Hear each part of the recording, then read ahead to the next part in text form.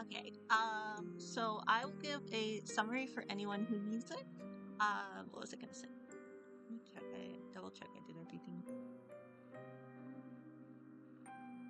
Okay. Okay. So last time we were playing this game, me, we had, okay, so we were running from this girl who was chasing after us, and as she caught up to us, she was gonna kill us. And we had three options: go to the shore, go to the castle, or go to the town. Hi, Fire. Welcome, welcome. Glad to see you. How are you doing? And so we chose to go to the town, and we met a graveyard digger girl there, and we fell in love, and we're both girls. What was I gonna say? We like fell in love gay style. But then she ended up burying us alive. Which was not good. So it was like, hey, like you can get another chance at your fate. So what I think, what did it say? Okay, wait. Let me see if I can go back to that moment. Um, so I can show you what I mean.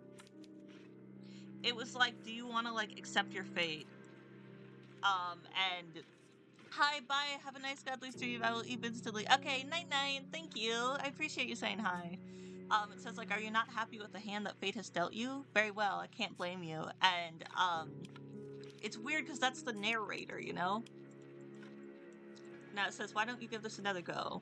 Just try not to be buried alive this time. I can only endure so much you screaming. So like the narrator, and it says your fate once again is in your hands. So like it's my theory so far is that I think we already died before any of this, and that right now, like in each of these scenarios, we're gonna die no matter what, because it's like, are you happy with this fate? No, well, you can't fight fate. So I think we're already dead, and no matter where we try to run right now, we're gonna die anyways because we already died.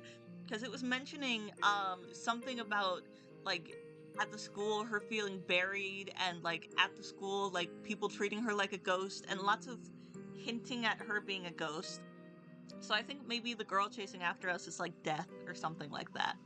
Okay, anyways, should we go to the shore or should we go to the castle? Like, I don't think there's an ending where we can just like escape and be happy because I think we've been dead the whole time.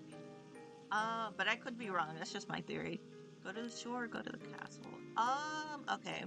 So if you're running from a scary monster, not a scary monster, just a girl, but still, the town was in complete ruin. I don't know what the shore would do. You know, you'd just still be running through the forest, basically. So I say go to the castle, because there's more likely to be people there, although it's probably also in ruin. So, you want to go to the castle? Good idea. All decent fairy tales tend to conclude in castles once they're belligered. Put upon heroines are finally able to wed the handsome prince they once dreamed of, or princess, we seem gay. Why bother trying your luck with the shore, which may very well be deserted, or the village, which will be full of dirty, barefoot peasants? Okay, I tried the village first, and I got murdered.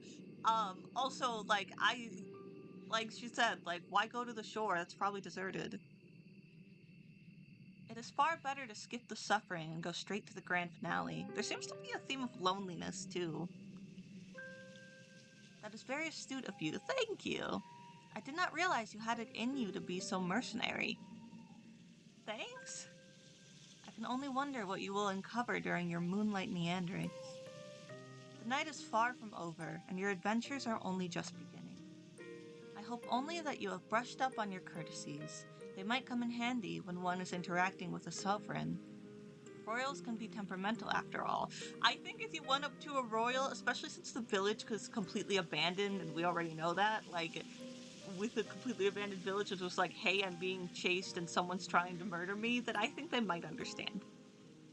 If you fail to treat them with the prerequisite amount of respect, you might come to regret it. Is this trying to foreshadow something? What was I gonna say? But like, do we have to treat them with that much respect? I mean, your kingdom has crumbled. You don't really have that much power anymore. Follow the path which leads to the castle, supporting yourself on weary, aching legs which feel ready at a moment's notice to detach from your hips. You are little more than a wisp of a girl. You have been running for so very long, and your feet are so very numb, you feel like a great lumbering thing, clumsy and ungainly. The soles of your feet are screaming at you. You need to lie down, and quickly. You only hope, as you continue to run, that you will find a spare room available for you in the castle.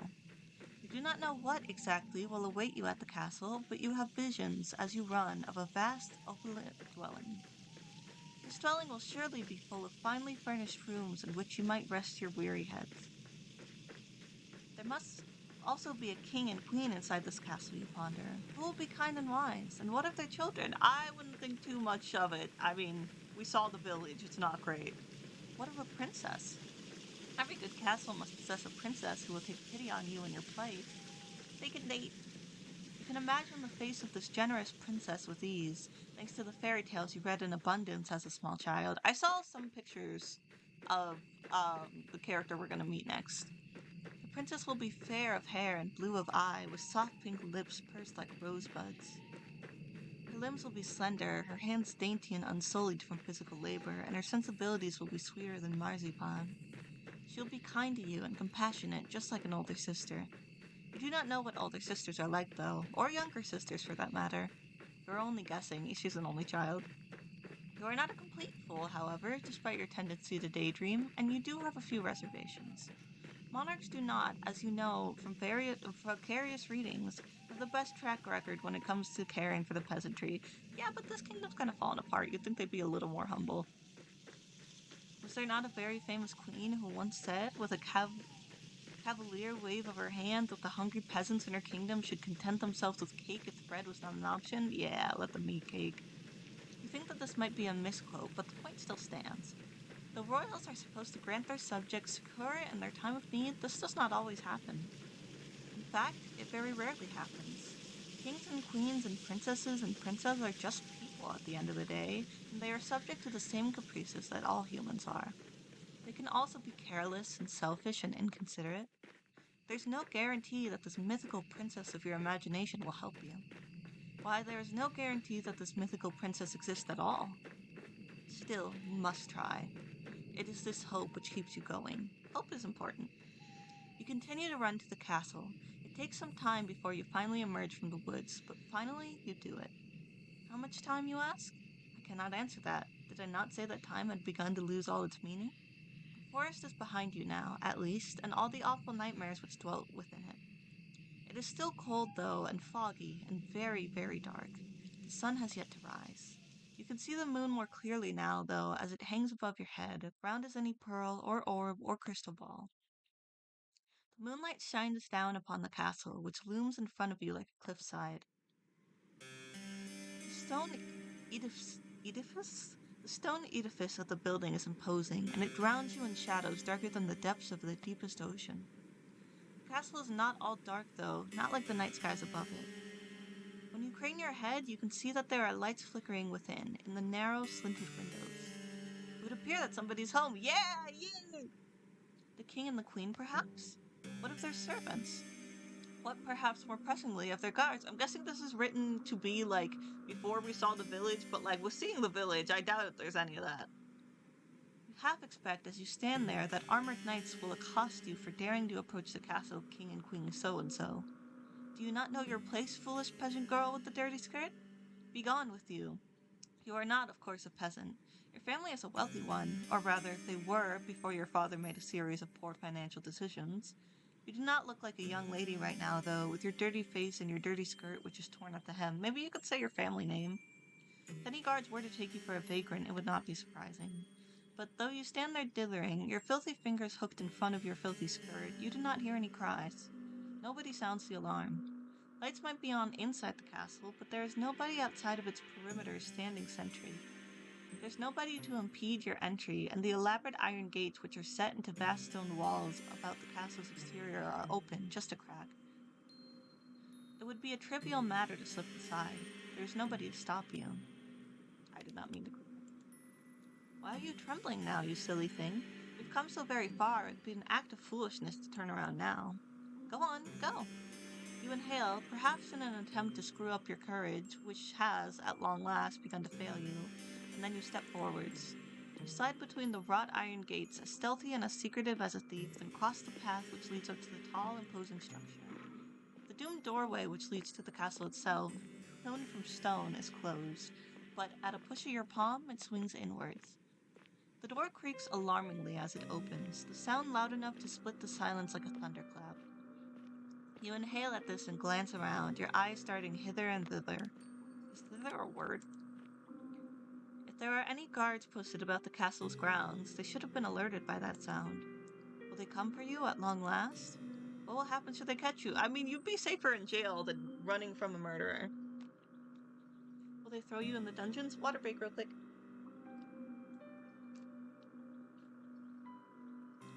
Hey, that does not sound like a pleasant way to spend a night. At least you would have a roof over your head, though, and you would not have to keep walking.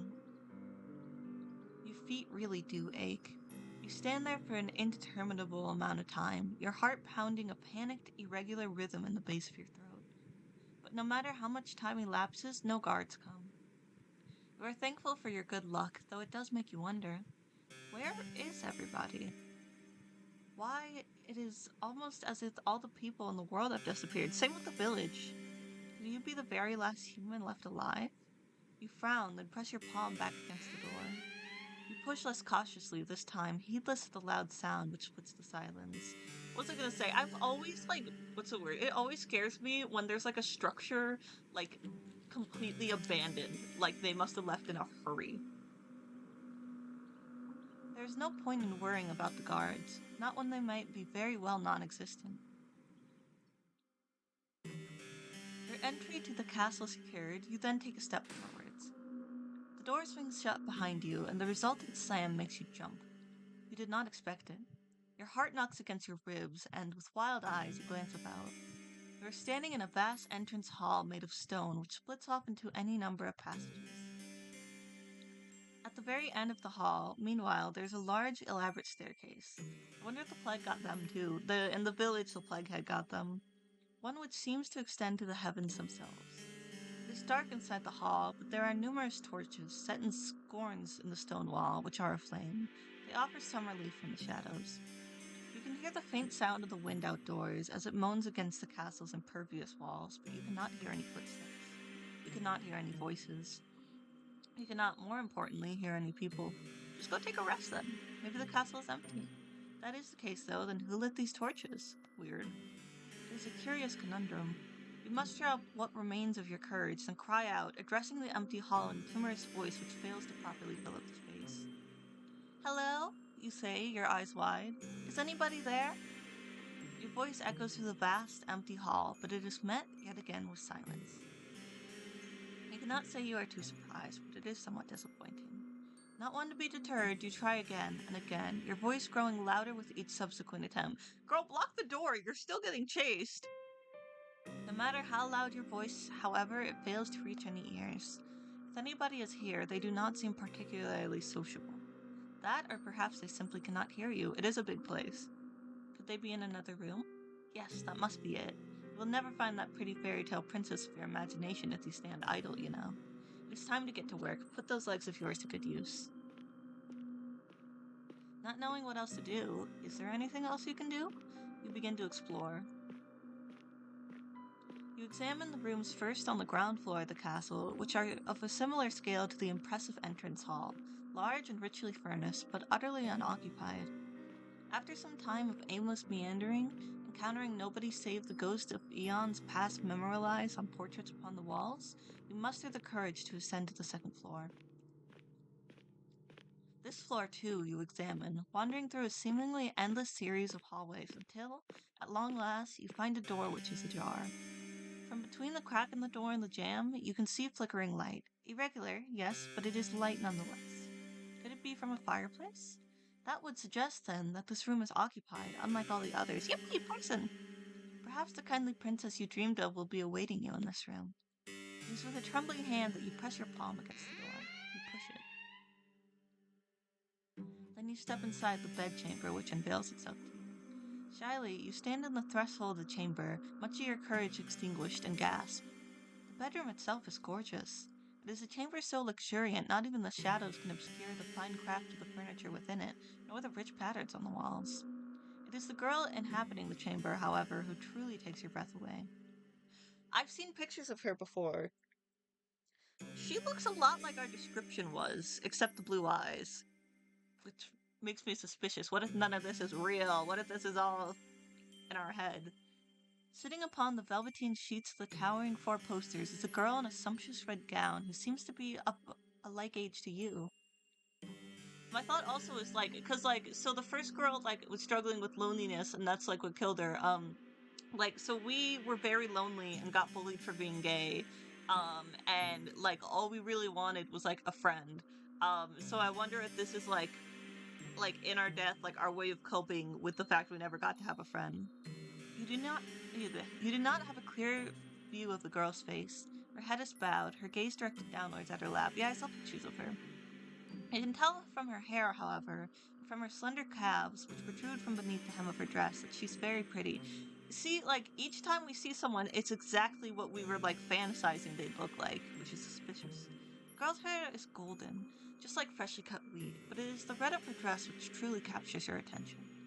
She is so striking you cannot look away from her. Yay! The girl is not alone in her chamber either. She has a companion, though this companion is not half so endearing as she. In her lap, perched upon her velvet skirt, is a doll. The doll's hair, like that of her mistress's, is golden, though much of it is hidden beneath the bonnet. The girl is adjusting the china teacup held in the doll's tiny hand, while the rim of the cup glints in the light which exudes from the fireplace.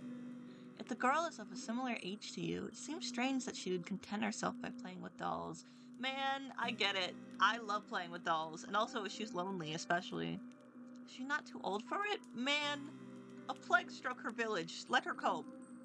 This girl would be more at home, you decide, at a ball, wearing an extravagant gown, speaking with wealthy noblemen, perhaps even princes. She should not be sitting in what you presume is her bedchamber, adjusting a tea call in a doll's hand. Who are you to judge? You're covered in filth. But you are not afforded much more time to stand there, marveling at the girl, because she turns. She raises her head. Then her eyes meet yours. You thought the girl pretty when you first observed her, sitting on the edge of her plush velveteen bed, examining her doll. Now she is looking at you, however, her face illuminated by the flames in their grate. You can see that you were mistaken. Oh! Well, that's rude. She's not just pretty. Oh, she's beautiful. I thought she was gonna be like, she is fucking ugly, dude. She is fugly. P.U. She's beautiful. So much so it is breathtaking. She looks as though she had stepped out of the pages of a picture book. She is simply too perfect to belong to this world. Perhaps she is some kind of vision? A walking dream? A hallucination? But no, she is none of these things. The doll in her lap is a cold, hard thing made of porcelain, and it is unflinchingly, reassuringly Oh my gosh, thank you so much for the raid! Welcome, everyone! Hi, welcome. How was your stream? I hope it went well. Hi, welcome. Yay! Let me give you a shout out. I hope your stream went well. I'm Rayanne Leo. I'm the zodiac sign Leo. What was I gonna say? And so I'm a lion. We are currently playing a horror visual novel, that involves lesbians.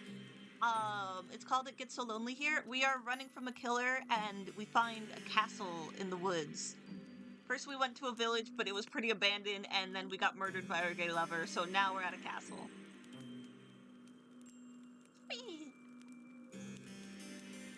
Sounds great, I know, right?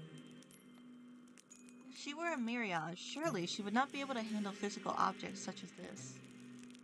It is strange, though. The doll, though, immaculately made, looks oddly imperfect when compared to the girl who's holding it. My theory is that none of this is real. Hello, your setup sounds good. Oh, thank you. What were you playing, if you don't mind me asking? What was I going to say? What was I gonna say? Oh, because, like, we were like, oh, I bet she'll have blonde hair and look exactly like this, and then she looks exactly like that. And with the last girl we saw, we were like, I bet she'll look exactly like this, like, before we even saw her. We, were very lonely and got bullied for being gay, so I think we might have already died, and this is, like, our brain's way of coping with our loneliness. She's so She's so startlingly beautiful. She even puts man-made representations of feminine charms to shame. The sight of her makes you feel rather weak. You always have had a fondness for fair maidens, haven't you? You are rather hopeless when it comes to them, even worse than a knight errant from a country legend. Your aesthetic appreciation is not particularly ladylike, but, well, it's not every day a girl encounters an elegant beauty like this, attired in red, illuminated by the firelight. I suppose I can forgive you for this rudeness, as too can the girl. She does not seem the type to hold a grudge.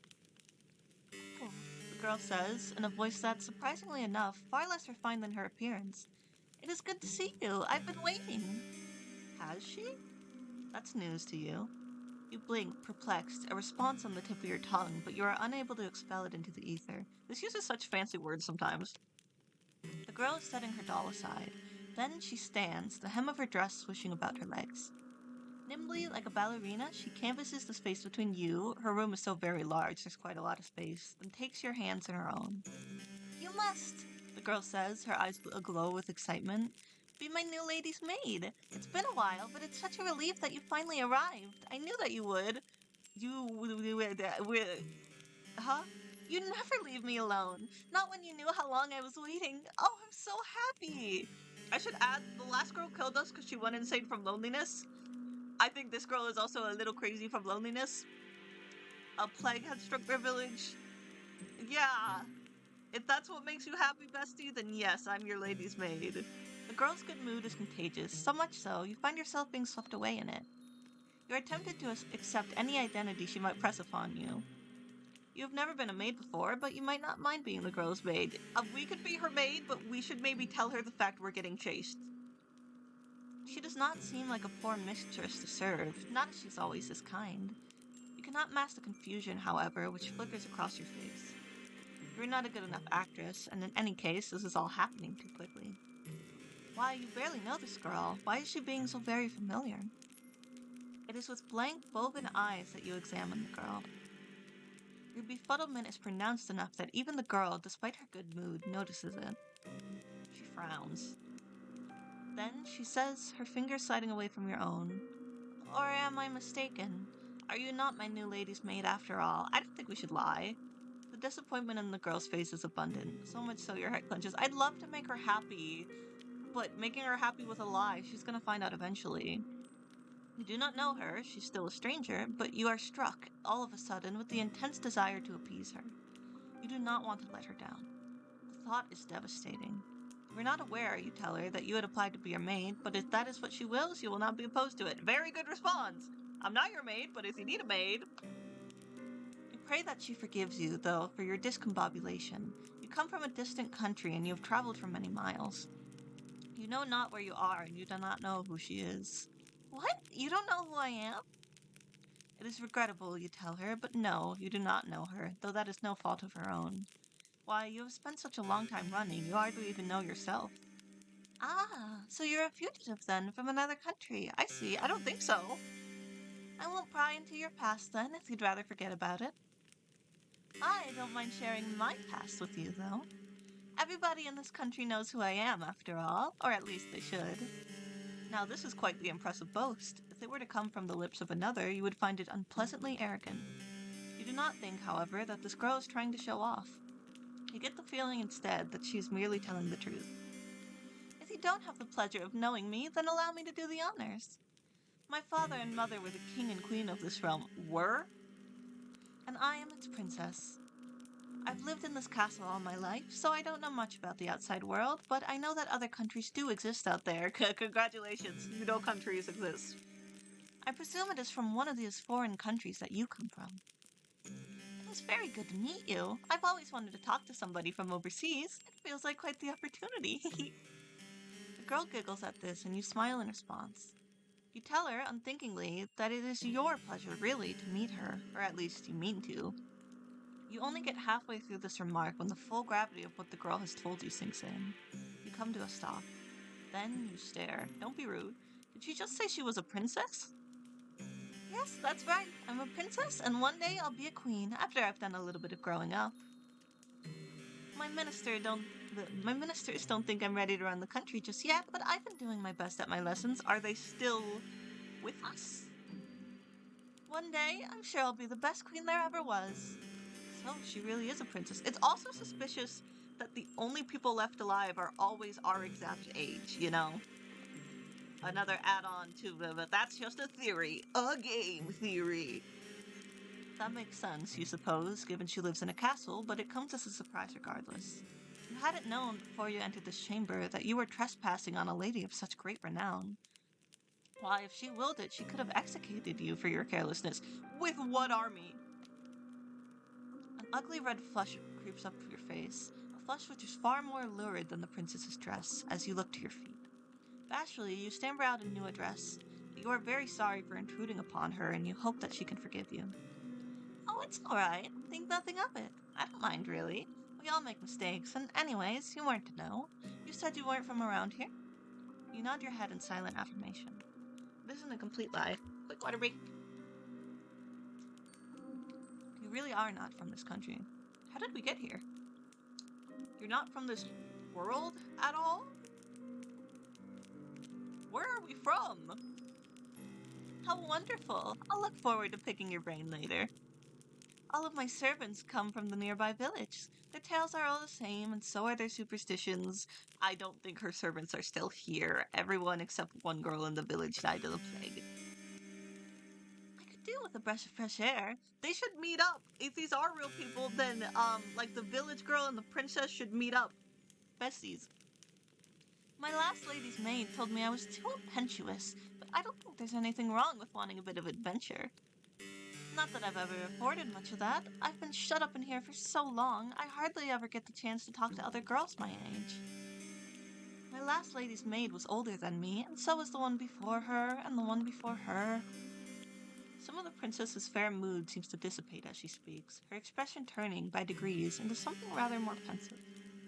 But I haven't seen any of my old lady's maids in a while, or any of the other servants for that matter. I forgot to warn, there is some gore in this game, but none of it's, like, graphic, and I don't even think they show anything, just, like, it's a horror, so, like, hinting at death, but no, nothing's shown. They've all disappeared. I guess so. Now that it's quite curious, how could a whole household full of servants... Oh, wait, sorry, oops. Now that is quite curious. How could a whole household full of servants simply disappear at the plague? That, I don't know. This castle was full of servants once. My lady's maids, and my undermaids, and my scullery maids, and my housekeeper, and my cooks, and a large friend, too, of retainers. I'm glad we did the village girl first, because she actually, like, knows what's going on. The princess is just kind of locked up. They're all gone now, though. I think my ministers must have sent them away. I don't know why they would have done that, though. They didn't explain it to me. They probably didn't want her to know about the plague going on. That's sad. Sheltering her a bit too much. But then again, they never explained anything to me. They still treat me like a little girl. It was so tiring. She said that her ministers sent her servants away. What of her parents, the king and the queen? Would they not be the ultimate authorities in the castle's hierarchy? She said they were the king and queen, past tense. They would, yes, if they were still alive, but they're not. They died a long time ago. I was raised for most of my life by my servants. Okay, it wasn't the plague, I was wrong. Oh, you answer, and then you feel flushed. You hadn't known. It's alright, you don't need to apologize. I'm just happy that I have you now. I was getting sick and tired of only having my dolls to speak to. They aren't the best conversational partners. You can imagine so, yes. You doubt any doll, even one made by a talented artisan, with an intelligent face indistinguishable from a human's, would be very good at answering back. Especially because this seems like old fantasy times, so... Oh no, they aren't. They're hopeless at it, really. They're so stony-lipped. You have no idea how much of a relief it is to see you. The castle is so big, and without my servants it feels so very empty. It gets so lonely here. They said the title of the game in the game, the title of the game in the game. Wow, wow, wow, wow, wow, wow. What was I gonna say? It, like, also these girls, like, can relate to her struggles, so it kind of seems, what's the word? Like... her kind of coping a bit, if that makes sense. Now that is an interesting turn of phrase. It catches inside your head like a burr. It's the title of the game. Have you heard it before? Yeah, the last girl who murdered us said that. You do not have much time to ponder this, however, because the princess is speaking anew. Hopefully, this gay lover will not murder us. In that curiously conversational manner of hers, which does not seem particularly princessy. Maybe she learned how to speak from her servants. That would explain why her consonants are so unrefined. Oh, but listen to me, yammering on again. It's a bad habit. I really must put a stop to it. You're probably tired, dear one, from your travels. Would you like me to show you to your room?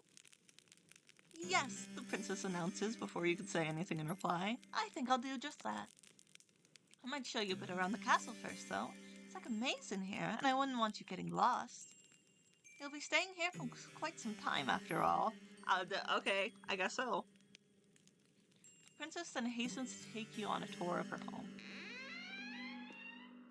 Fortunately, she does not show all of her rooms in her abode, and neither does she offer overly long descriptions as to what the few rooms she does show you are used for.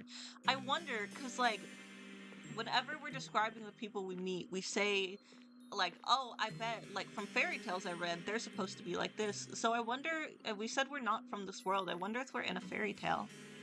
Fortunately, she does not show all of the rooms in her abode, and neither does she offer overly long descriptions as to what the few rooms she does show you used for. She does, however, pause by the kitchens, where she offers you some I forget how to pronounce that word, victuals? Once the growling in your belly has been satisfied, the princess then resumes her journey. She leads you down a dark, twisting hallway, and up a series of equally dark, twisting steps until she arrives at long last before a door. The princess pushes the door aside summarily, thus permitting your entrance to a small, humble bedchamber. This chamber is not half so opulent as the grand bedroom in which the princess resides, with its resplendent four-poster and its so richly patterned wallpaper. This room's ceiling is not as high, and the singular bed shoved against the wall is thin and narrow. The walls are an unassuming beige, and the floor beneath your soles is of warped wood. There is a malodorous scent, too, which hangs in the air, one of disuse and general decay. You get the feeling that nobody has slept in this room for quite some time. That might explain why it feels so very cold in here. Though if the princess's tour of her castle has taught you anything, it is that it is cold in every room in her abode. Now, here we are, the final stop of our tour. This will be your room, dear one. I hope it's to your liking. Oh, also, if anyone ever is confused on what's going on or needs me to summarize anything, I totally understand and just ask me. I will not mind. Because I get it. Reading hard. The princess, despite her exalted look, or status, looks somewhat uneasy as she observes you. Her eyes have turned like those of a loyal dog. Is she concerned about your reactions to this room? Aww. She's looking to us for approval. Perhaps she is afraid that you will turn your nose up at her kindness. Oopsies, I did not mean to save. For a princess, she is awfully eager to please. This unexpected contrast between the princess's lofty title and her ingrating attitude makes you smile. This room is rather scanty, yes, when it comes to its contents, but it is more than passable. I thought at first it said skanky, and I was like, that's a weird word to describe that. It has a roof and four walls, and though it is cold, you fancy you will... Fancy? Are we British? You fancy you will feel warmer once you have slipped beneath the bed sheets. The room is not quite as fancy as your dormitory at the conservatoire, and neither is it so large, but it does have one glaring improvement over your previous lodgings. You will not be expected to share it with anybody else. There's only one bed in this room, and this bed is to belong to you unless we want to share it with our gay lover. You think that the peace and the quiet will do you a world of good. You tell the princess as much, and she smiles. It's good. I was worried you wouldn't like it. I know it isn't much to look at, but it's one of the nicest servants' room we have in the castle. That's sweet of her. Most of the maids sleep beneath the roof in this tiny teeny room, which is all cramped. There's 10 beds up there, and they're so close together, there's barely any room to pass between them. That's sad. I thought it was perfectly ghastly when I saw it the last time I was up there. Not that I was supposed to be up there. It was a rainy day, and I couldn't go outdoors, so I was doing a bit of exploring. If the housekeeper had known I'd been skulking around, I don't think she would have been pleased. Well, in any case, nobody sleeps up there anymore. The scullery remains are all gone now. I couldn't put you up there, though, in the attic with all those empty beds. I didn't think it'd be very cheery. You're not just a scullery maid, you're my lady's maid. That means you deserve good lodgings. It'd be an insult to offer you any less than this. I don't exactly know meanings of things like that, but I know a scullery maid is like a very, very lowly title, like the lowest of low.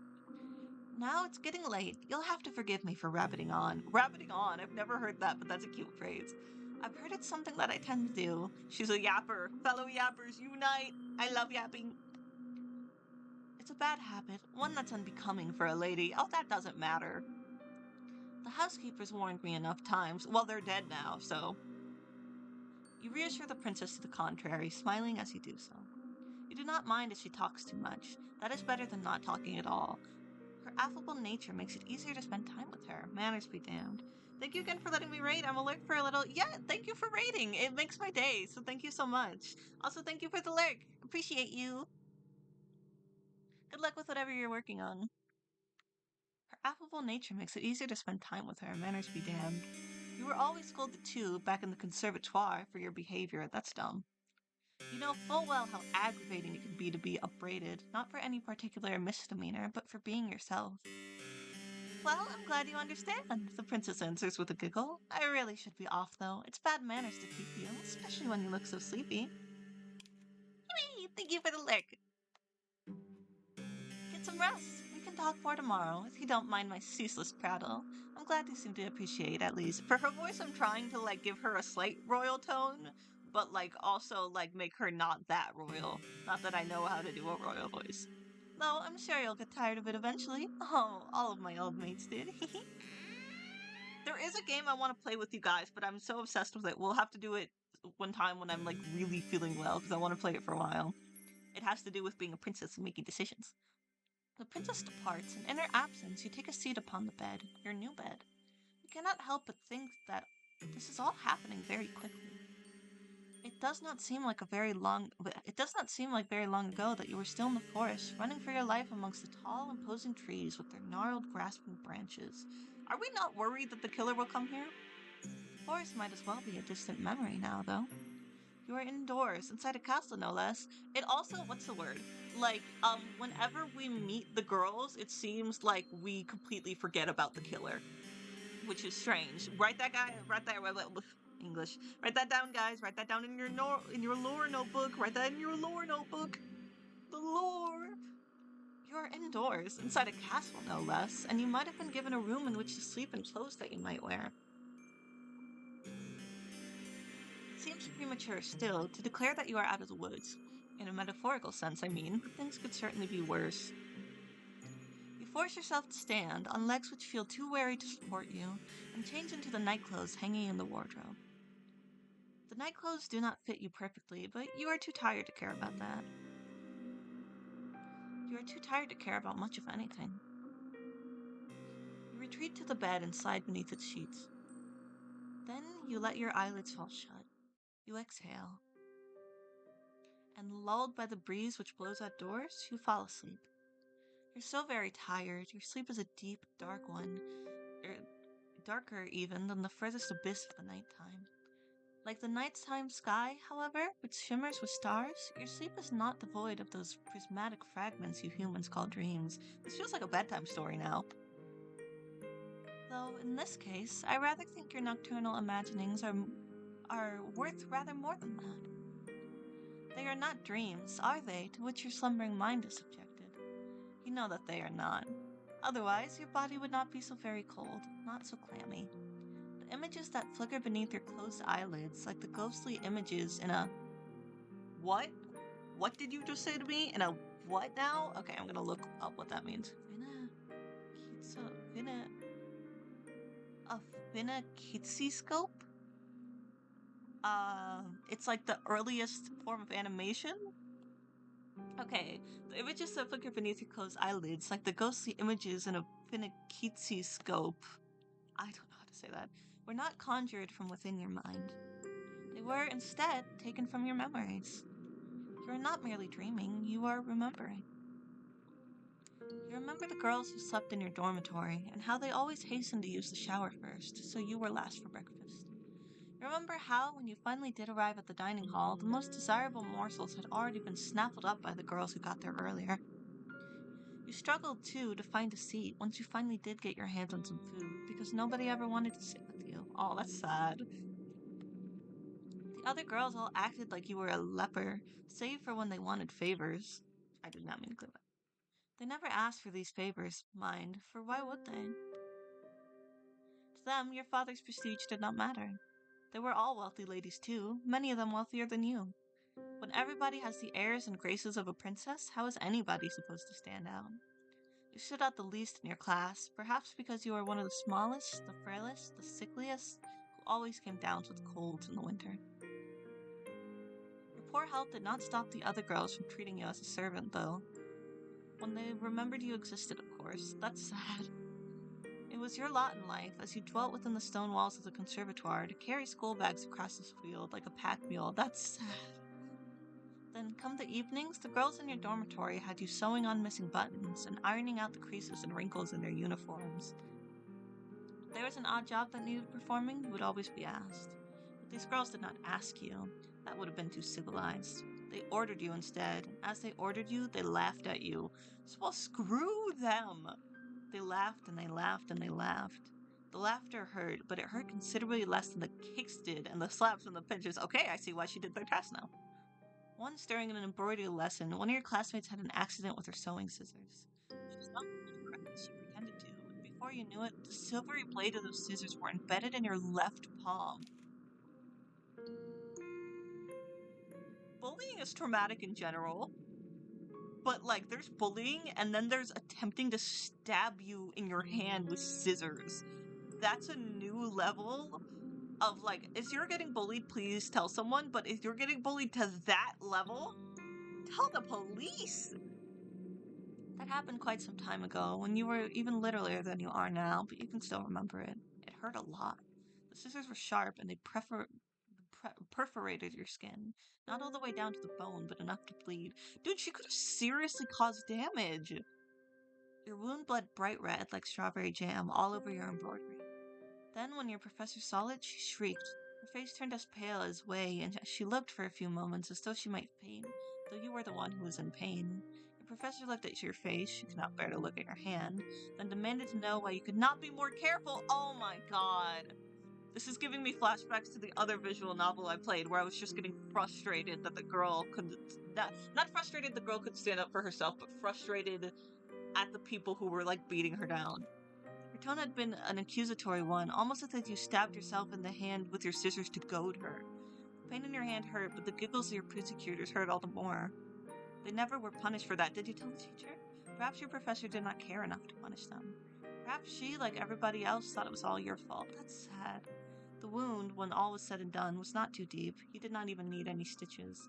It healed well enough in time, on its own, though it still left a scar, a white raised thing like a crescent moon. You still have that scar. You do not know how much blood you lost.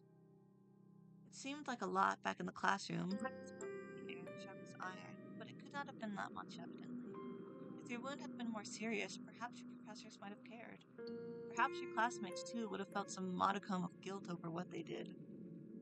But this seems very unlikely. If they were gonna especially if she was, like, pretending to trip, even if her goal was your hand, she had to know the risk that, like, pretending to trip, she could have stabbed you in the neck or something. You know that your blood meant nothing to your classmates. Why should it? If you meant next to nothing, that blood in your veins, if such a thing is possible, even more inconsequential. I understand where she's coming from. It feels terrible to be in situations like that. You feel disorientated when you awake, at long last, with the rising of the sun. If you're ever in a situation like that, no, it's not your fault. I could sit here and give you advice, but the biggest advice I want to give you is that it's not your fault. Because the first thing that happens when you tell someone you're being bullied is they're like, oh, well, have you done this? Have you done this? Have you done this? And, like, yeah, it's good because, you know, there are stuff you should do, but also at the same time, like, you're a victim to something. You don't want to hear, oh, but have you fixed it? Like, I, if you're getting bullied, I'm sorry, and it's not your fault. You feel disorientated when you awake, at long last, with the rising of the sun. You do not remember what you dreamt, but you do not think that your dreams were of a particularly pleasant nature.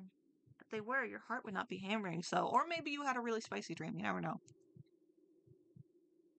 What at ease? Ill at ease? Ill at ease. You glance around. The thought threw me off. Lying in a narrow bed in an unremarkable room. One with dull beige walls. Oh, that's remarkable to me. I want to live there.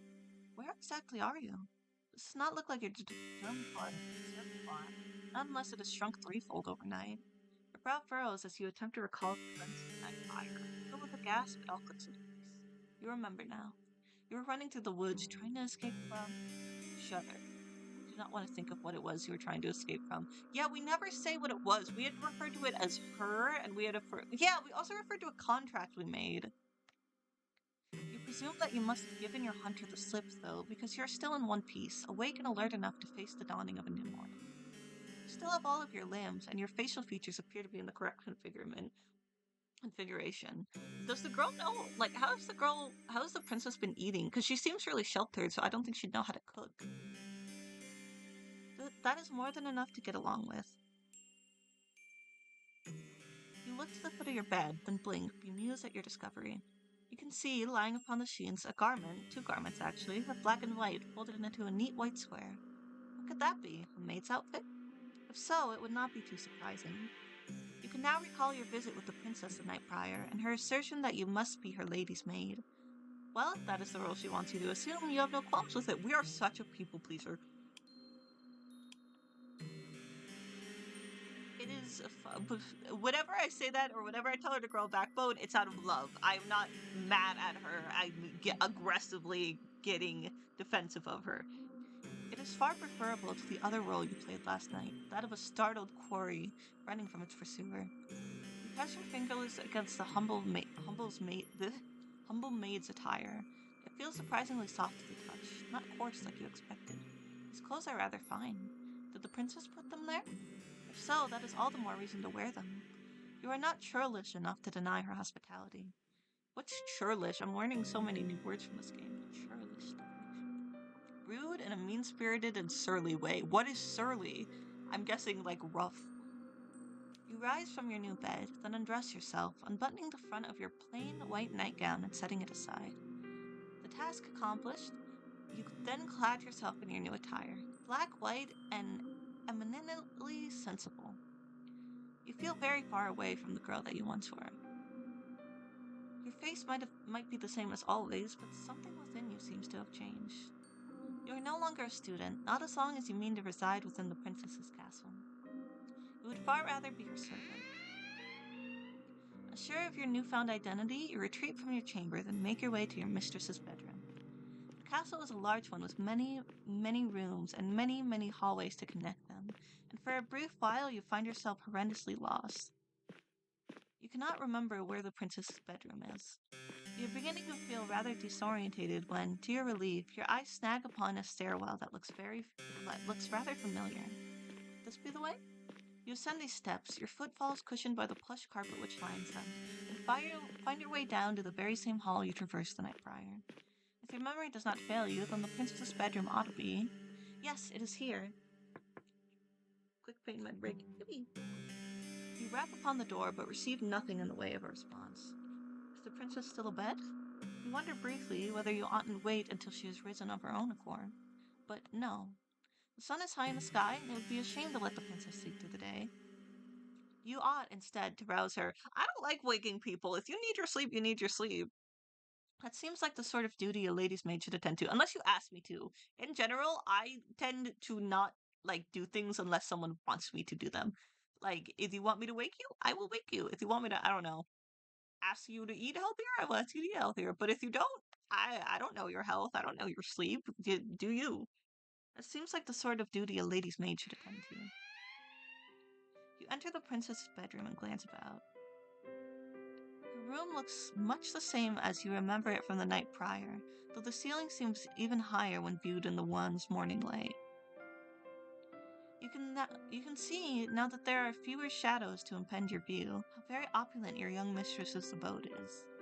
Her armory is large and imposing, as if the great inn which you will be expected to keep a fire as is the grate in which you will be expected to keep a firelight during the nights. Keep accidentally clicking it. The princess herself, meanwhile, is curled on her side beneath the sheets, looking rather less grandiose than her title would suggest. She is attired in a nightgown adorned with frills, and her hair is split across her pillow like spilled gold. In her slender arms, meanwhile, held to her chest, is a doll, the very same one she was cosseting last night. You suppose this doll must be her favorite. Oh.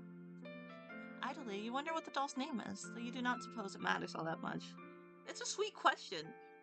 It's also like a good way to get to know someone. Like, for example, like when I when I like mention I horseback ride to people and their first question is like, oh, what's your horse's name or something like that, that to me always gives me good vibes. It is time to wake your mistress. You call out to the princess, but she is largely unresponsive. Her eyelashes are still sewn tightly shut and her lips pursed in slumber. You purse your lips too and sigh. Well, nobody ever said your job would be easy. Once again, you call to the princess, and this time she replies. Her response is not a favorable one, however. She sighs, then turns away from you, her doll clutched to her chest. Just give me a little longer. The princess sounds so enfeebled, but you do not take pity on her. If you have learned anything from the conservatoire, save for knowledge pertaining to respiratory tracts of fish, it is that one must be cruel to be kind. I don't know about that. You do not think this adage was practiced with any great success in the conservatoire, but perhaps it'll have more of an impact upon the princess. You tell her once again to wake up, more sternly this time. You will not let her sleep, for she has slept long enough already. It is very slovenly, really, to still be abed at such an hour. Oh, defeated, the princess sighs. All right, I can see that I can't twist you around my little finger. I'm up. You don't need to nag me. Once you have roused the princess from her bed and you have put her doll to one side, you set upon her toilette.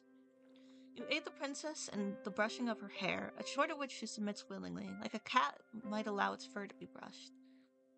You allow yourself to ponder as you run the bristles of the princess's brush through her hair, how wonderfully soft it feels against her skin, or against your skin.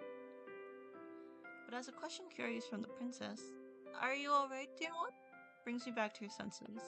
You were rather less than thought there. Oops.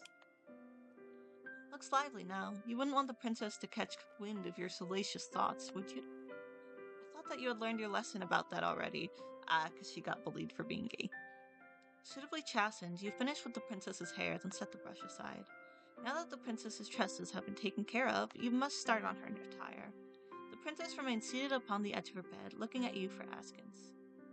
She does not ask you to avert your eyes, nor does she make any motion of divesting herself of her nightgown.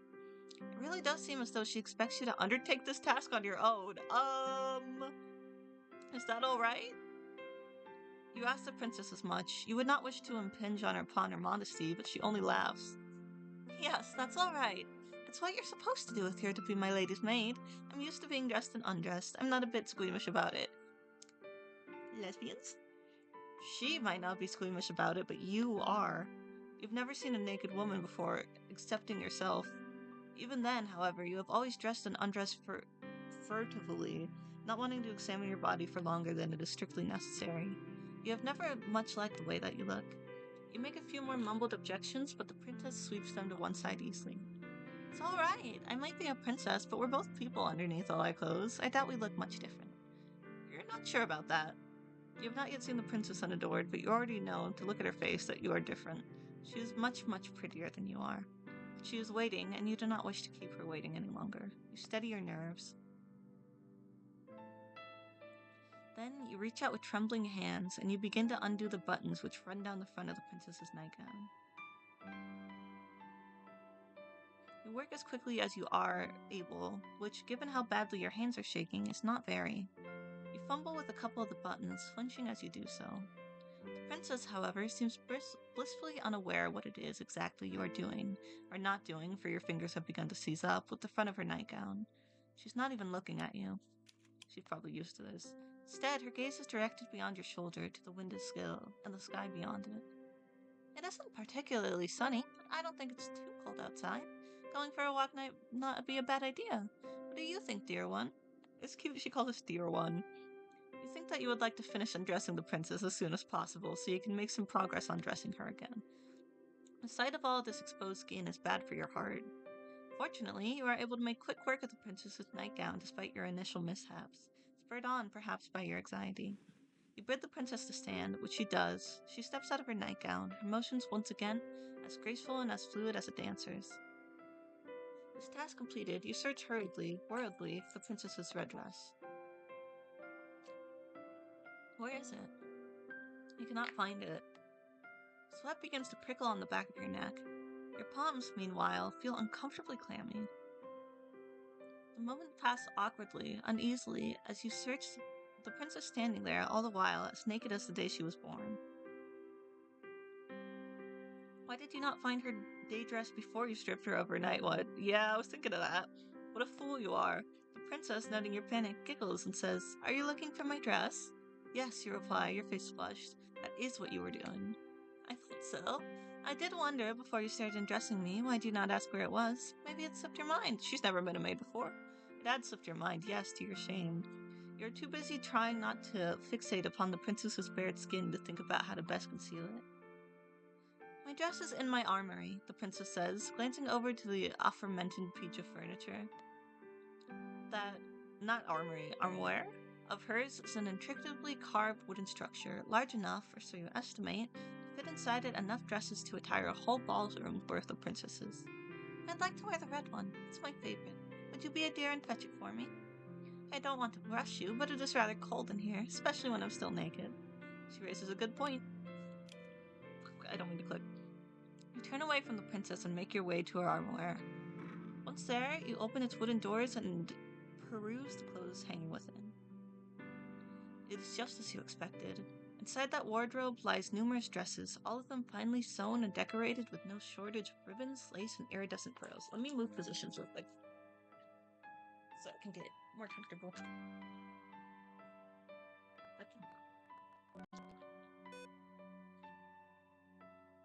You find the princess's red dress soon enough,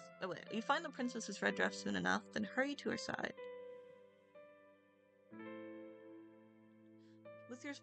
With your spoils in hand, you hurry to dress her, concealing once again the princess's pale skin beneath layers upon layers of soft red velvet.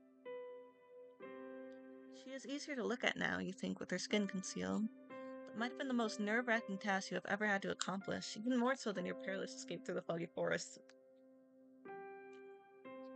It would be nerve-wracking.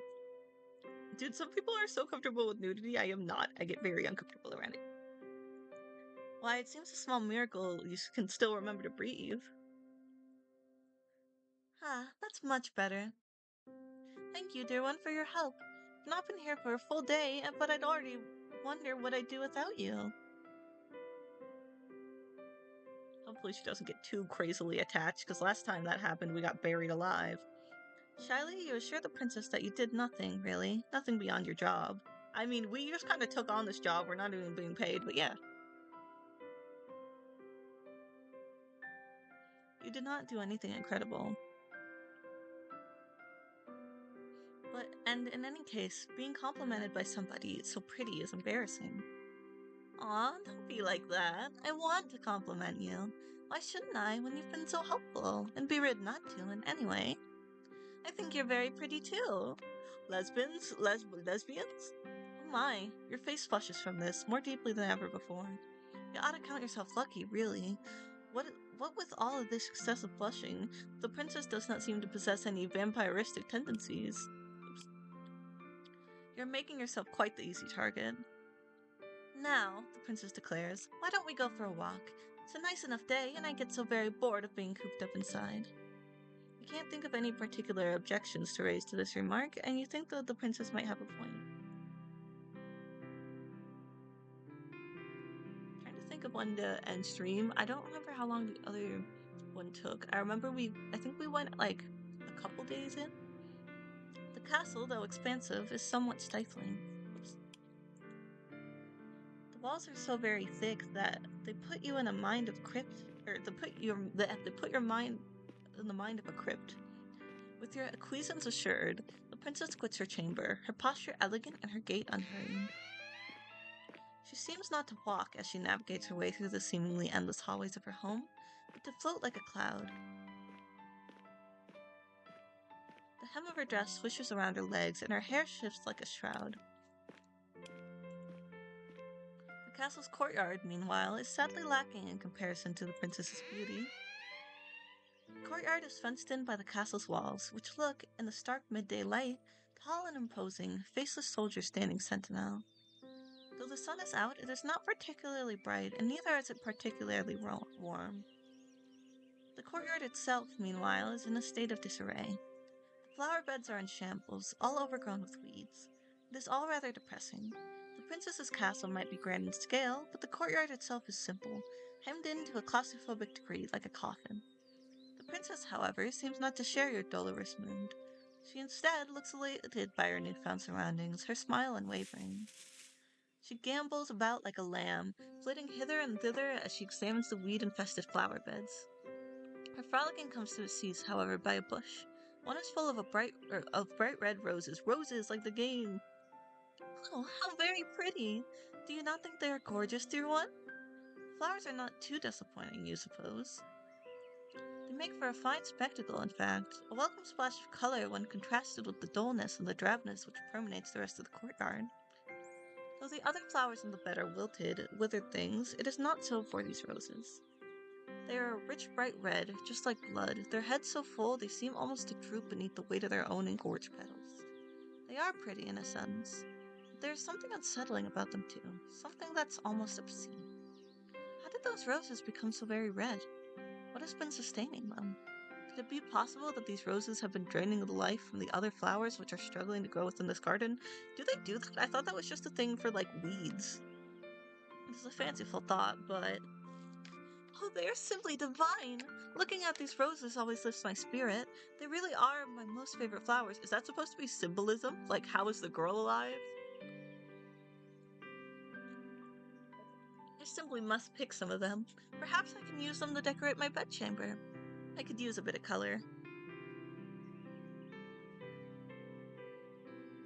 The princess reached out as to pluck one of the roses free from its resting place amongst its brethren.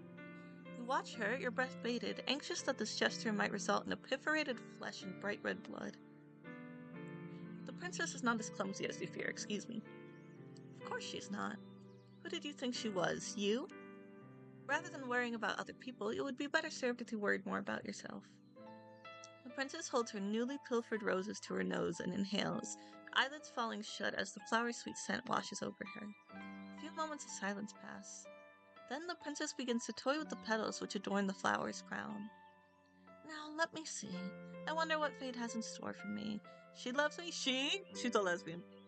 The princess plucks a petal from the flower's overburdened head. She loves me not. The princess continues with this childish incantation, all the while stripping her rose slowly and methodically of its petals. These petals flutter about the princess like bloody snow. The princess's voice, meanwhile, echoes throughout the courtyard, even more melodic than the strains of a pinola. She loves me not. She loves me not. The princess's finger hovers over the final petal which crowns her nearly denuded flower. Then, with a triumphant smile, she declares, She loves me! I knew it! That must be us. You watch the princess, amused by her girlish good cheer. The little mantra she has been reciting is one you are familiar with. The girls at the conservatoire also used to engage in this little game, the younger ones at least, who believed that a fairy tale prince would whisk them away. She might have participated in this game yourself, or when you were a child yourself, but you never pinned your hopes and dreams on a handsome prince. Your interest in princes had always been minimal, lesbian. When it comes to fair princesses, though, well, that's a different matter altogether, isn't it? Pleasantly, you ask the princess who love it is that she wishes to court. Query which makes the princess giggle. You, obviously, dum-dum. Oh, dear one, who else would I be thinking of? Naturally, I was thinking of you. Naturally. She says it so easily, as though you ought to have suspected as much, and indeed, part of you did. You wanted to believe, yet part of you was afraid to do so.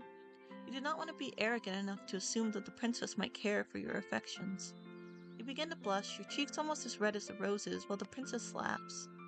She laughs, and she laughs, and she laughs, her voice clear and sweet like a nightingale's song, as though you are the funniest thing she has ever seen. You never liked being laughed at when you dwelt within the walls of the conservatoire, but it is different with her. You have not known her for all that long, but you're already entranced by her, ensnared.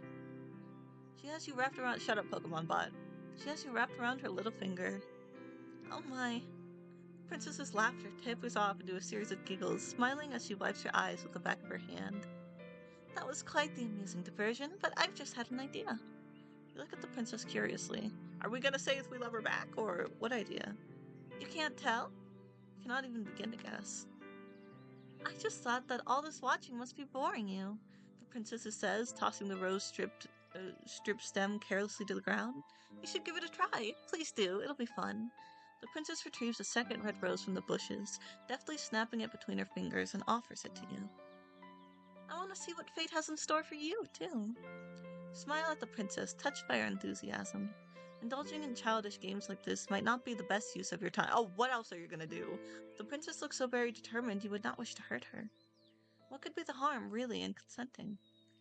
The only real casualty of the game would be one singular rose, the rose that the princess is holding towards you.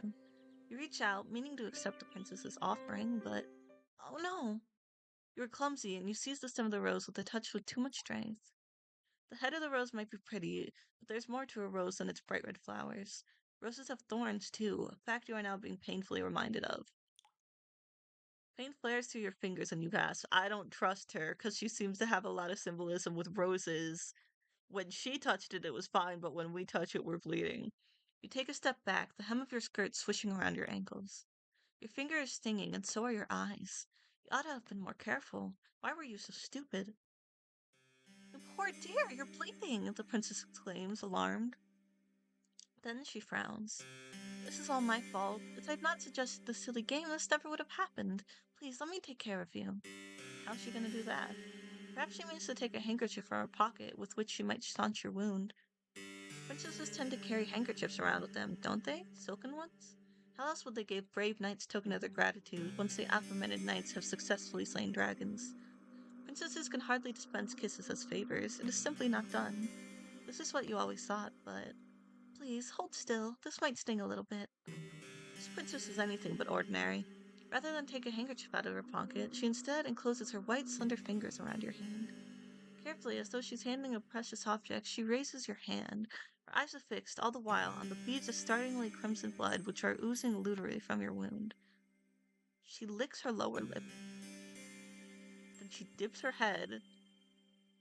She parts her mouth, and with a soft sign which borders on the sensuous, she slips her injured digit between her teeth. We were saying something about a vampire. Is she a vampire? So much for princesses not dispensing kisses as token of appreciation. This might not be a conventional kiss, but feels intimate regardless, almost startlingly so. We're so gay we don't realize we're being, like, literally vampired on. The princess's lips, which are red as any rose, are enclosed around your index finger. We're too gay to see the red flags. You can feel the warmth of the princess's mouth about your skin and the wetness of it. The sensation makes your whole body quake. You did not expect this. Who did her nails? Tremendously, in a voice which wavers, you ask the princess what it is she's doing. Oh? The princess glances up at you, her mouth still close around your finger. Didn't I tell you? I'm trying to stop the bleeding. She is pretty sheltered. Yes, you gathered as much, but... Is there a problem? I'm not making you uncomfortable, am I? It is not, you say, that she's making you uncomfortable per se, but this is rather awkward. You did not expect it, that is all. And is she not worried that this is unhygienic? Unhygienic? The princess blinks. She is the very picture of innocence, which is funny, really, given your fingers still nestled against her tongue. What if she has diseases? I don't know what you mean by that exactly. She's been too sheltered. But I've heard this is the best way to take care of cuts.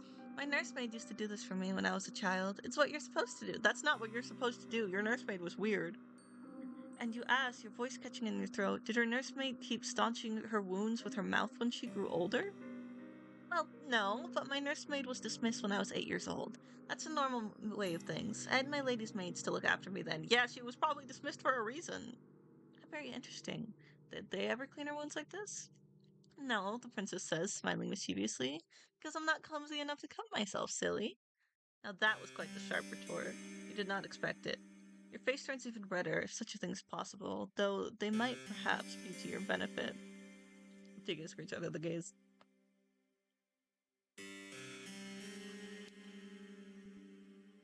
With some luck, all of your blood will flow to your face rather than to your finger, and your bleeding will stop.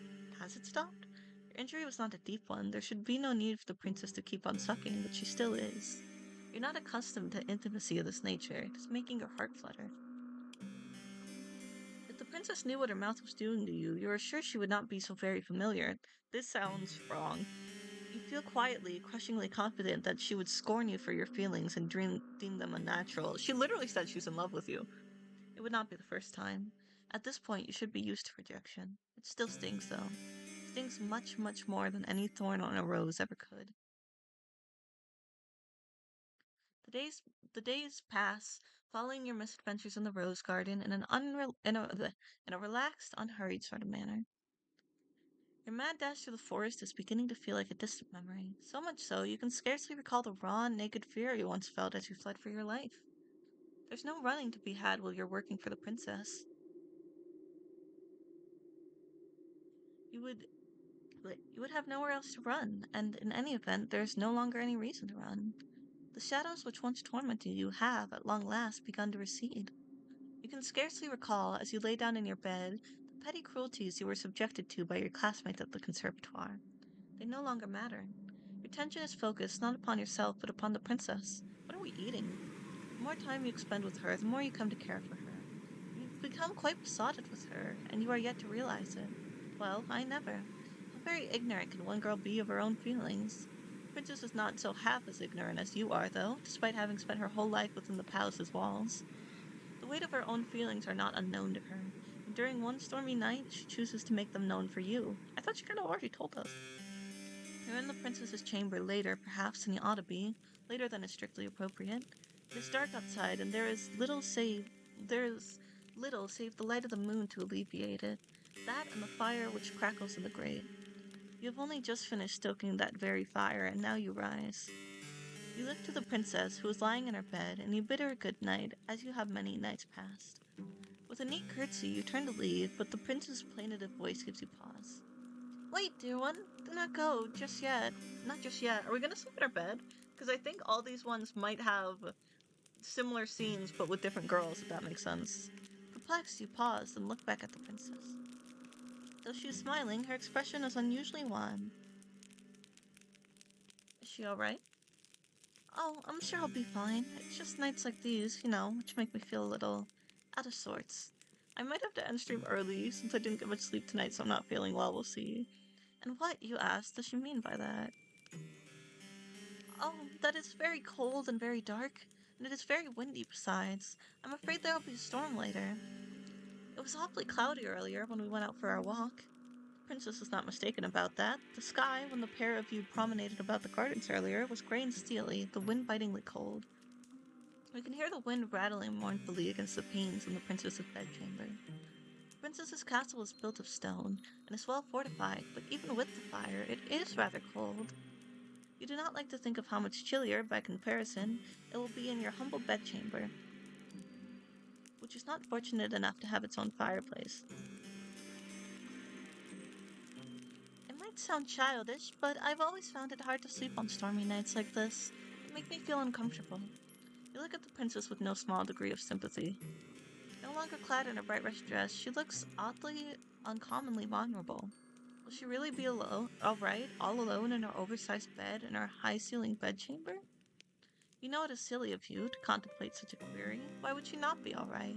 There's nobody in the castle to hurt her, but still, you fret for her. As her lady's maid, it is your job to fret for her. You would never want your mistress to feel unhappy. You ask the princess what it is she would have you do, and the princess perks up at this, pleased perhaps that you are taking the initiative. I wouldn't like to take up too much of your time when it is so very late. Oopsies. Would you mind sitting with me a little while longer and reading to me, provided that you can, of course? That is a fair enough question, but your pride perstills regardless. Hastily, you reassure the princess that yes, of course you could read.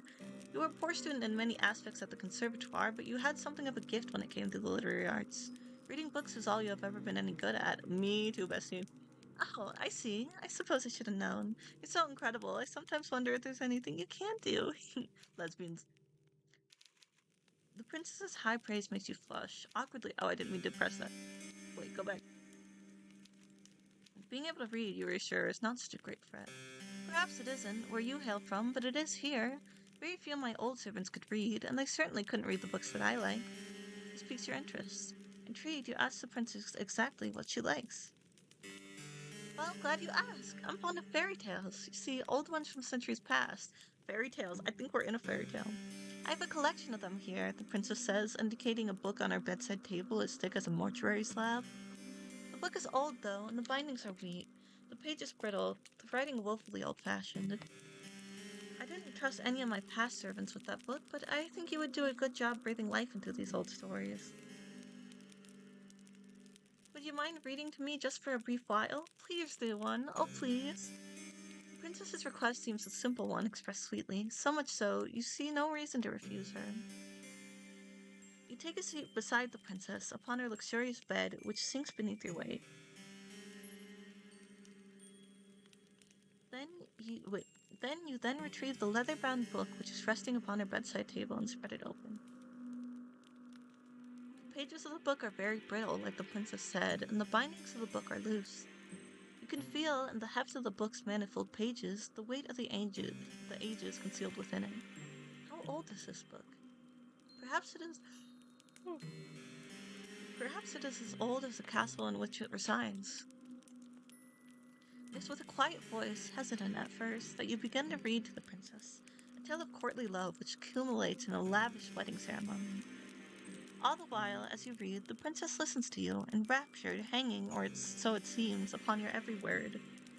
Once you reach the final phrase, embossed upon the pages of this aged tomb, and they lived happily ever after, the princess sighs as though this tale has touched her very soul. Would that there was a handsome prince to marry me? She says somberly. Or better yet, a beautiful princess. At this point, I think I would even settle for a lowly scullery maid. Is she talking about us? I keep accidentally right-clicking. You blush at this idle remark and mumble softly that this would not be proper. What do you know about proper? The storm outside is still squalling, and you have never been one to raise your voice. You do not expect, therefore, that the princess will overhear you, but she does. She observes you, her head resting against her pillow, and says, "And what would be the problem with that? As my maid, shouldn't my happiness come before any silly ideas of propriety? So true." Well, of course, you reply, but for a princess to marry a scullery maid. You're still hung up about that? The princess titters. Don't pay it too much head, I'm just talking to myself. As if anything like that would ever happen, when there's no priest around who would officiate it. I think there are greater issues with the princess's plan than the lack of priests, though she does present a good point. Her castle is an empty one. Even if the princess were to find somebody that she loves, there would be nobody to make such a wedding official. You cannot help but feel like you have avoided a good deal of nuisance. But by the same token, do you not feel a touch disappointed?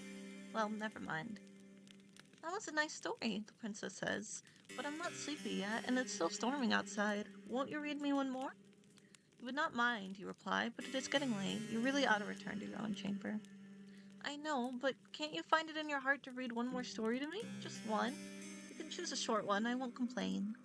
You have some doubts about that, but as before, you cannot resist the princess's demands. It is not, you think, because she is a princess, though that is of course part of it, but because she is, well, radiant.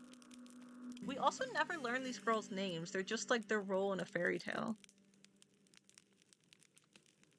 You would not, you think, as you turn to the next story recounted in this aged compendium, want to upset her.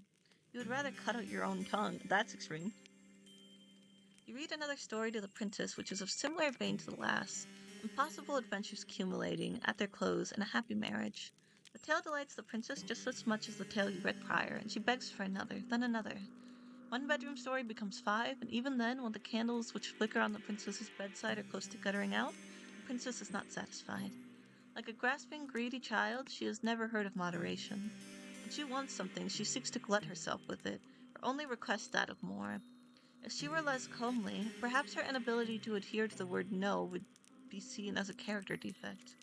The princess is very comely, however, and so when she makes her next request, you almost agree offhand without considering the ramifications. I think I could go to sleep now, but the storm's still raging. I feel lonely on my own in this big empty bed, so... I know. The princess's eyes light up like a night sky in a thunderstorm. Why don't you sleep with me? You stare at the princess, your eyes wide as goose eggs. Slowly you blink. Then, just as slowly, you bid her to repeat herself. Didn't you hear me? The princess giggles. Maybe you've been so busy cleaning up after me, you've neglected to clean out your own ears. I said, dear one, would you like to sleep with me? If that is the question she truly means to ask, then it is easy enough to answer. Of course you would like her to sleep with you. It would be an honor. But would it really be all right for you to accept such an invitation? It would be a gross breach of protocol, surely, for a lowly domestic such as yourself to share a bed with a princess. You sit upon the princess's bedside, fretting, while she observes with wide, beseeching eyes. Oops. She's waiting. Well, what's the matter, dear one? Why do you tarry so? Could it be? Princess' lower lips begin to tremble. Don't you want to lie with me after all? The sorrow present in the princess's voice and in her face makes you feel awfully guilty. Hurriedly you console her. You tell her in no uncertain terms that if she truly wishes to partake in your company, then you have no qualms with it. Why would you? Well, then, don't just stand there dilly-dallying, silly. Come and join me. Come. And that is what you do, after returning briefly to your own chamber to change into your nightgown. Once dressed, you waste no time in returning to your impetuous princess' side. She is already lying in her glorious four-poster bed, awaiting your return as though you are a knight-errant gone away to slay some wicked dragon. The princess giggles when she sees you, in your haste to change, you have made a hash of the buttons, and she bids you to come closer. Let me fix that for you, silly. Oh no, you say, I couldn't possibly let you do that. I am but a servant after all. Should it not be your job to dress her? Maybe so, the princess says, but I don't mind a bit of role reversal. It makes things more fun. You try a few more refutations, but in vain. The princess summarily discards all of them. Quite at the princess's mercy, she might even be more stubborn than you are, you capitulate to her demands. You let the princess unbutton the front of your nightdress, then rebutton them so the fabric of your plain gown is drawn shut. Satisfied with her handiwork, she has very elegant hands, the princess draws back and pats the mattress beside her. Now, come in. It must be horribly cold out there, but these sheets are warm. Coyly, the princess smiles. And so am I. You feel warm yourself as you slide into bed beside the princess. Your face is red as the gown the princess so often wears, as red as the roses in the castle grounds. All the while, your heart is fluttering. Does the princess know what an effect she's having on you? She does. Surely she must. How could any woman be so blind? There, the princess exclaims once your body is lying beside her. That is much better. Do you feel cozy now, dear one? You swallow, and with a shaky voice you reassure her. Yes, you are cozy. You are quite cozy indeed. Very good. The storm may be raging outdoors, but it can't get us here. I know when I'm with you, I'll be safe. It's strange, but the princess reaches out, then takes your hand in hers, twinning your fingers together like a chain. When I'm with you, I feel so very light. It's as though nothing in the world can hurt me. You make me feel safe, so I want to make you feel safe too. I'll take very, very good care of you. I promise. This is so very sweet, but last time this is where things started going wrong. Like in the morning. You return her smile with one of your own, touched by her thoughtfulness, though something about her promise does make you wonder.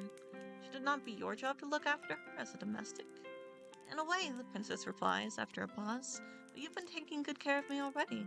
Now I need to return the favor. As a princess, I'm supposed to look after my vassals. It's all part of the job description. You were unaware that being a princess came with a job description. You thought the profession came with far fewer written responsibilities and far fewer forms to sign than, say, becoming a doctor or an astrophysicist or a mathematics professor. You tell the princess this sleepily and she laughs. You do say some funny things, dear one. I think you must be tired. Rest your head. You've been working so hard. I think you deserve it. Yes, you think, only half conscious. You think you deserve it too. You have been working hard for a long time, have been running for even longer, but now, at long last, you feel like you can let your fears go. Yeah, this is where things started going wrong last time. Your eyelids begin to droop, your body beleaguered by a sudden, all-consuming fatigue. And in a quiet, understated sort of way, your consciousness is conveyed to Morpheus's kingdom. Your sleep is a deep one, despite the storm which rages outdoors. The wind is hollow. The wind is howling like a couple of wildcats, both locked in a vicious and bloodthirsty bout to the death, but you do not hear it. Swaddled by the warm blankets about you and soothed by the princess's presence, you are immune from all the ills of the world. When you are with the princess, you feel safe, secure, and, yes, you even feel loved. This is where stuff goes wrong, isn't it? It is a pity, then, that these feelings do not last for very long. We're gonna wake up somewhere bad. You know that something is wrong, catastrophically so, the moment you open your eyes. Your thoughts are hopelessly jumbled, but you are certain that, when you fell asleep, it was in a bed, a nice warm bed, no less, beneath soft, comfortable sheets.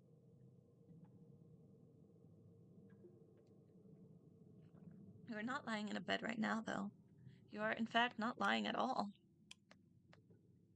Oh my god. You're standing, instead, against a cold, hard wall made of stone.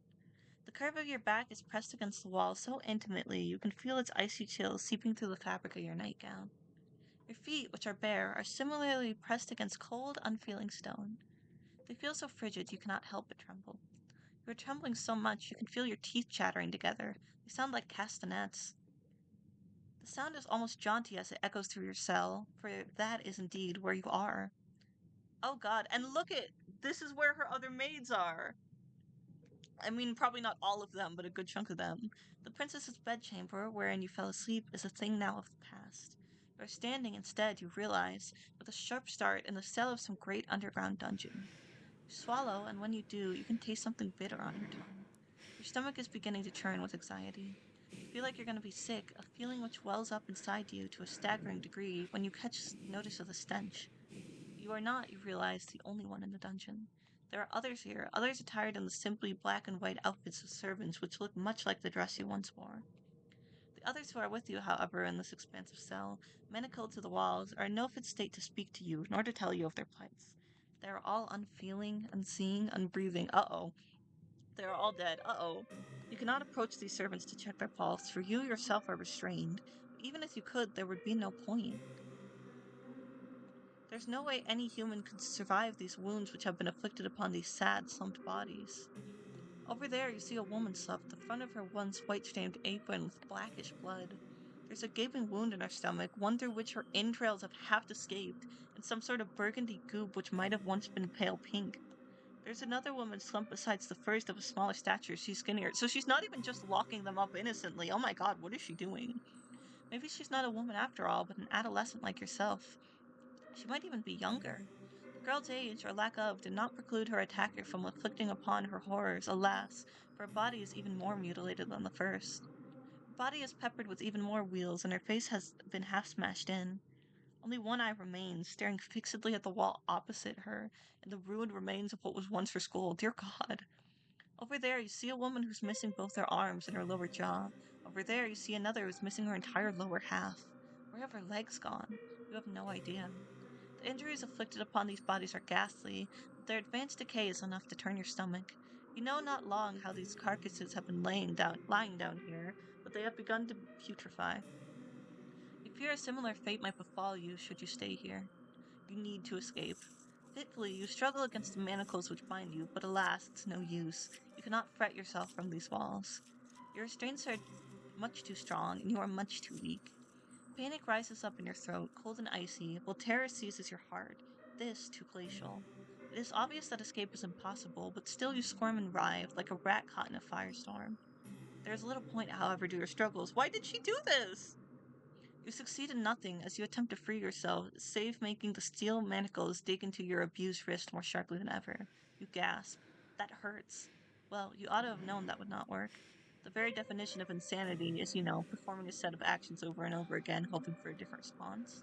In that sense, perhaps one could argue optimism is not so very different from insanity. Depends on the situation. Now, that is an interesting point to consider, would you not agree? Not always. No, evidently not.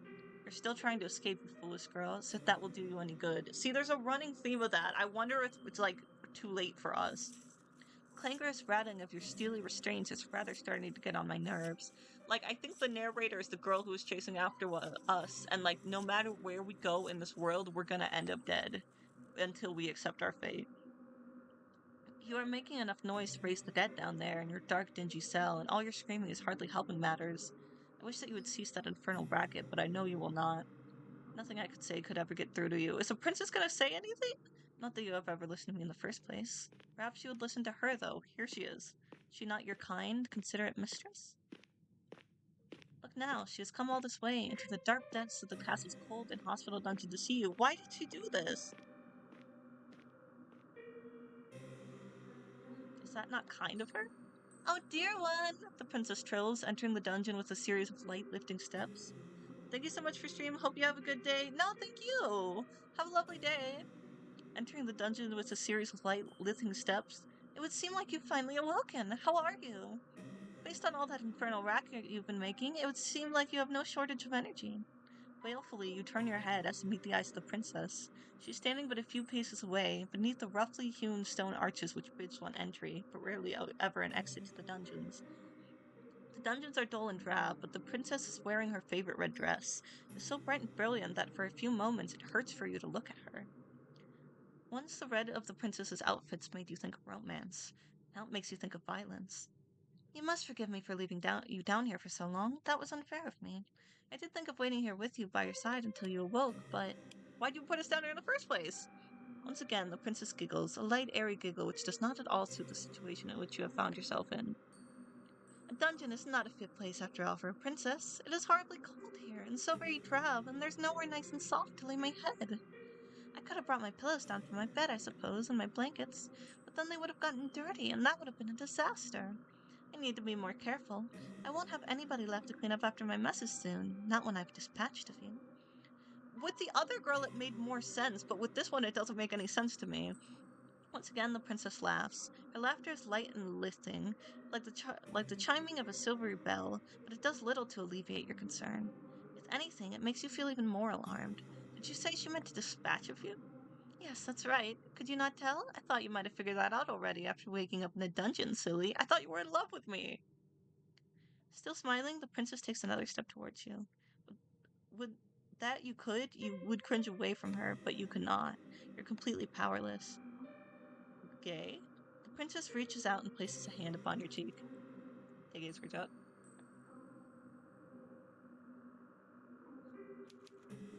Her skin is very white, and though her touch is cool, it is less so than the frigid air in the dungeon. Though your body is aching, the princess's touch is gentle, and you find yourself leaning into it subconsciously. You wish she would keep holding you. If we weren't gonna die, this would be kinda. You wish she would keep touching you. You luxuriate in her kindness as best you can, but though the princess's caresses are tender, your circumstances rather undermine them. How can you relax like this? Ah, you're such a good girl, the princess says in a cajoling sort of voice, as one might address a cat. This is kinda. You've been so lovely to me while we've been together. I really couldn't have asked for a better servant. I feel as though I've been spoiled. Why, then, you ask her, is she doing this? Improbable though it sounds, she must be the one who chained you up. There's nobody else in the castle who committed such a feat. Everyone else is dead. Why, yes, how very astute of you. I was the one who orchestrated all of this, naturally. Naturally, she says, as though her betrayal is a matter of course. Naturally. Why, you ask, is this so natural to her? What does she mean to do with you? Oh, only what I've done to all my other servants. I have experience with this sort of thing, so please don't worry. I'll take good care of you.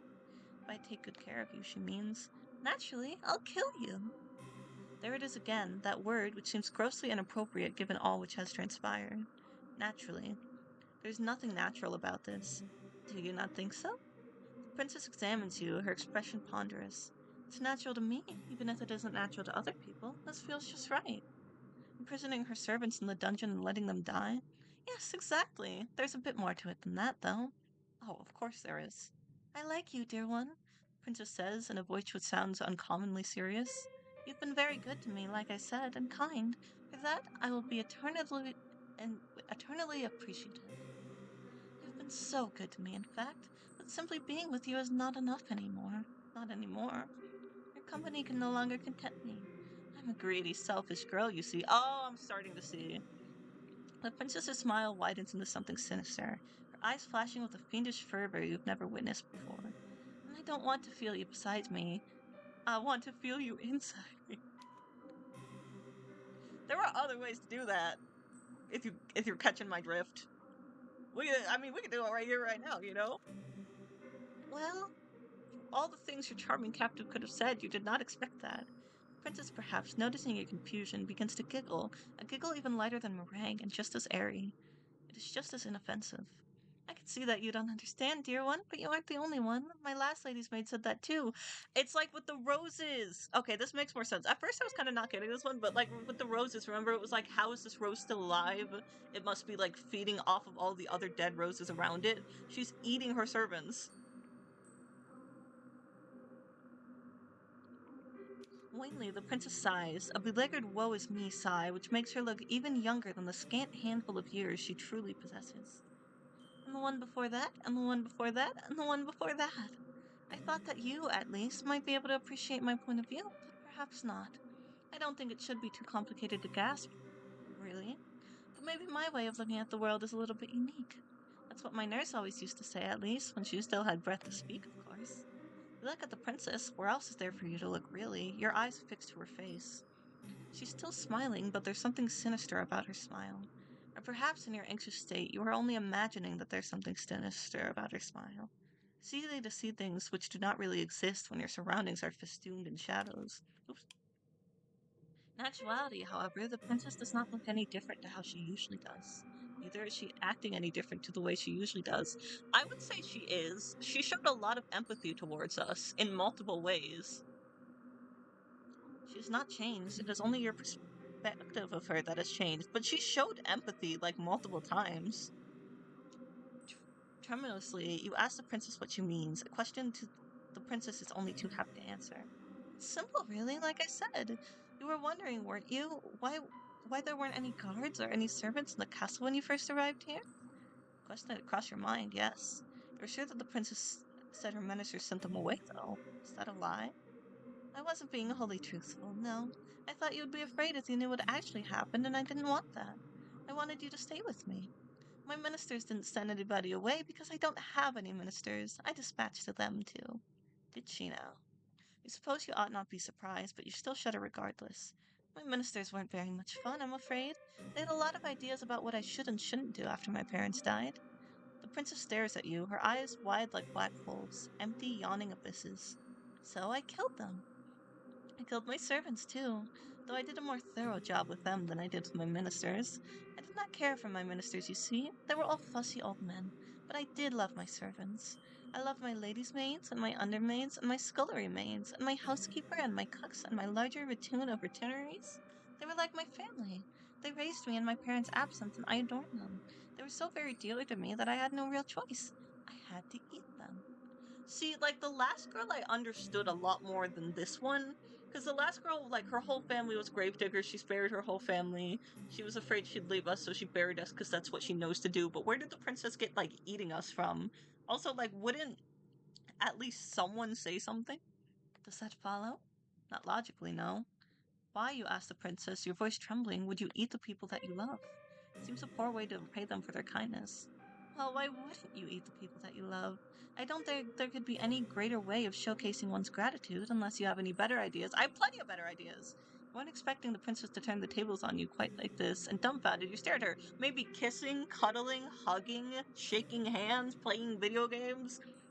You know precious little about love yourself, so it is hard for you to form a convincing rebuttal, but you muster up a few token arguments. You tell the princess that eating people isn't very nice, and neither is it strictly legal.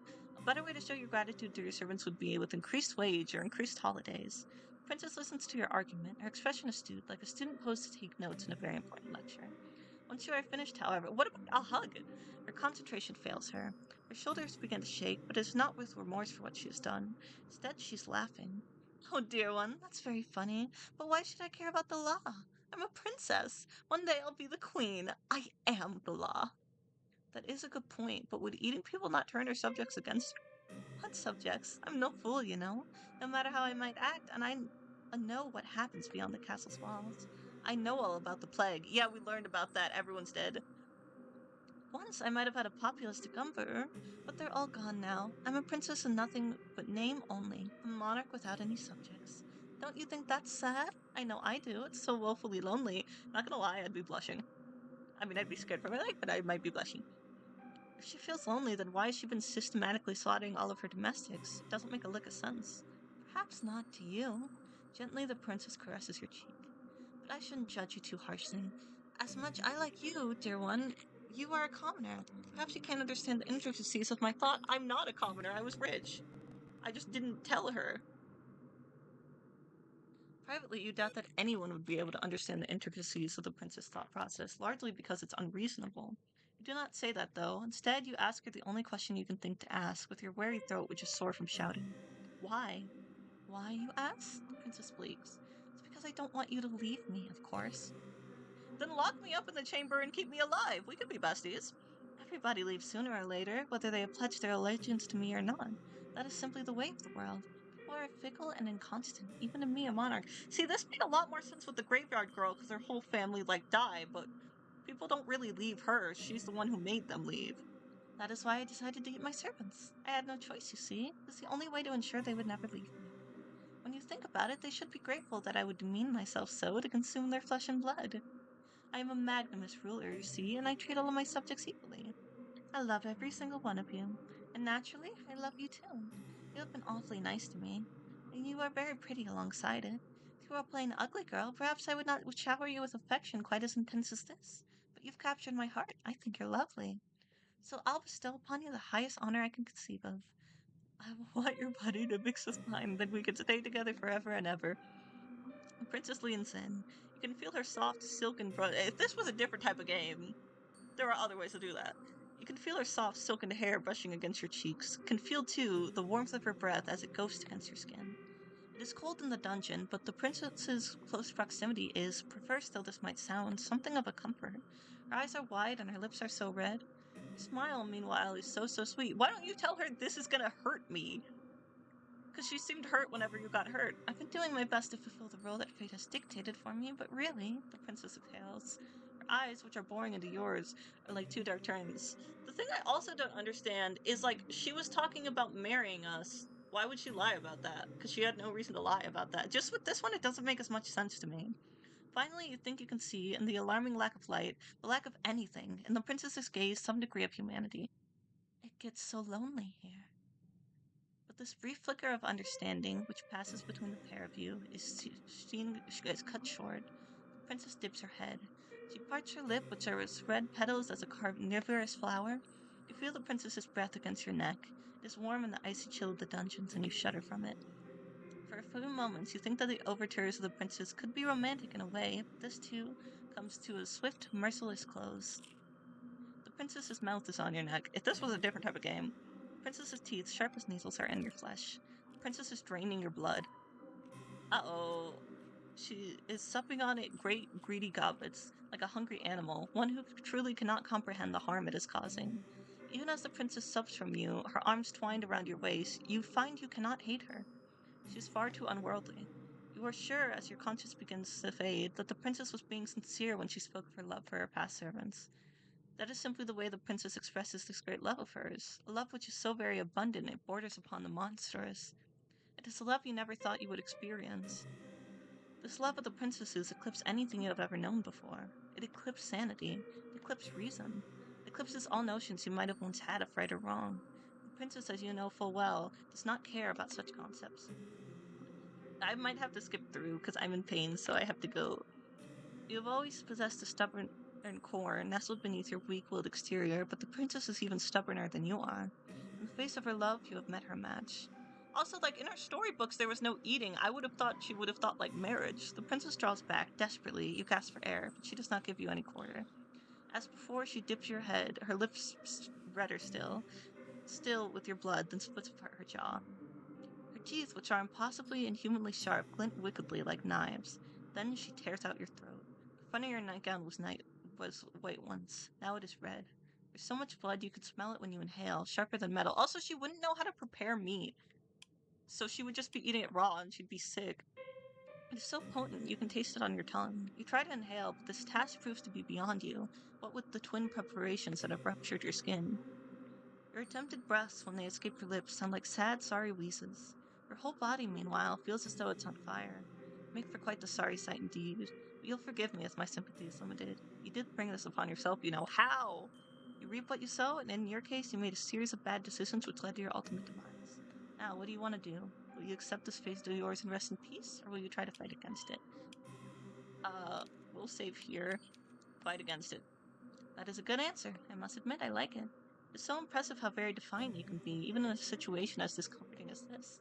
Now, try not to cry. Keep your chin up. This is but a minor setback in your story. Like all fair maidens, you are deserving of your own happy ending. You need only the strength to try to seek it out. Why don't we give this another go? Just try not to ensnare the hearts of any more monarchs, particularly those with unusual appetites.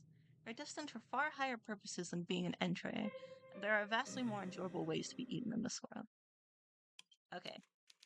Let me save this, and then I'm sadly gonna go. Thank you guys so much for being here. Let's see if there's someone we should read.